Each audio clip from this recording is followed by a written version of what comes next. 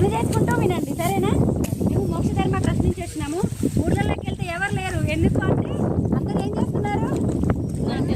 అందరూ పొలాల్లో నాట్లేయడానికి వచ్చారు.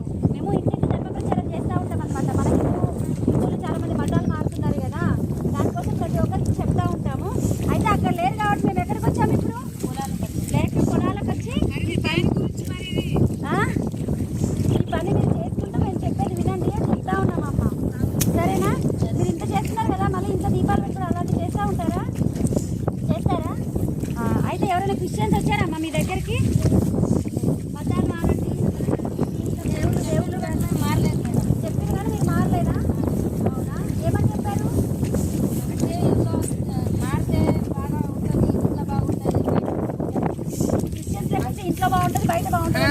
మరి మీరేం చెప్పారు ఉంటుంది అని అన్నారు. మీరేం చెప్పారు?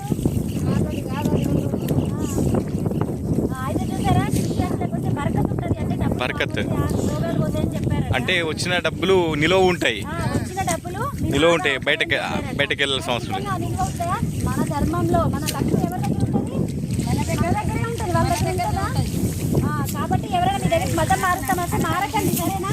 సరేనా? అందరూ ఒకసారి జై శ్రీరామ్, జై శ్రీరామ్, జై జవహర్లాల్ మహారాజ్ కి జై, జై భవానీ, రామరావు మహారాజ్ కి జై.